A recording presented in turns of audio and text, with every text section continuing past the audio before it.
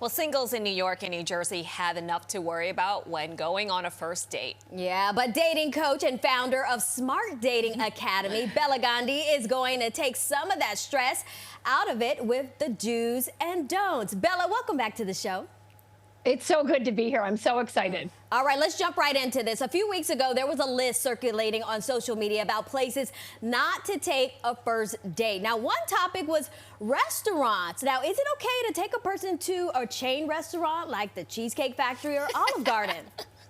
Look, if you live in a small town and that's what you got, right, do the chain restaurant. I would rather have you do that than not dating. But if you're in a big market like New York City or Chicago or LA, you can probably find more creative places to take a date. And now for first dates, you don't have to do dinner. In fact, don't do dinner. My favorite first date is grab a cup of coffee, go for a walk. How long can that last? An hour? You can't walk that much longer than that. Right. So less pressure. That's an easy way. Exactly, totally less pressure. And when you're side by side, you tend to have more intimate conversations. All right, now Bela, all right, I'm going to admit I always have an escape plan. So I'm going to ask, is it a good idea to have an escape plan in case you're not vibing or things aren't going well? For sure.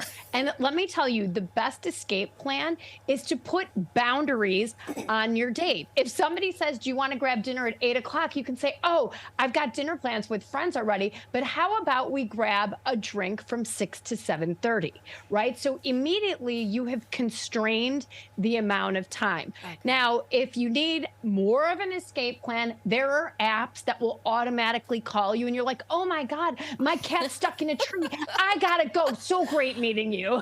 Right? I love that idea. Okay, so another first date do or don't. Should you feel that awkward silence with small talk? Look, small talk is what leads to big talk, okay? And everybody is afraid of those awkward silences on dates. So what you can do is be prepared if there's that pregnant pause, right, where there's crickets chirping, you're like, oh my God, what do I do? Have 3 jumpstart questions or topics in your back pocket. You can talk about the podcast you're listening to, the interesting thing you heard on the news on WPIX, books that you're reading. Have some things to talk about. Before I go to any event on my own, I always have topics in my head in case I'm talking to somebody and there's that awkward silence. It's not just for dates. All right, Bela, what about if one of those topics is a past relationship? Can you bring up a past relationship, or that just should be off limits? Look, we're trying to find places to connect, not disconnect. So some people bring up past relationships. I think, sorry to say it, guys definitely do this more than women per our data. So don't talk about the past. You're looking to connect with this person for a future with them. Okay, so speaking of the past, is it okay to ask the person, why are you single? I'm going to ask y'all what you think about that, because that for me is a total don't. Yeah, it's one of the most off-putting questions, and my clients get asked this, right? And somebody will look at them and be like, God, this was such a great date. You know, I just can't figure out for the life of me, why are you still single? It's like, date over. Yeah, that's a total no-no. I don't want to be asked, and I don't want to ask anybody else. All right, here's also a biggie. Should women in this day and age, is it okay to offer to pay on a first date? Yes. Absolutely.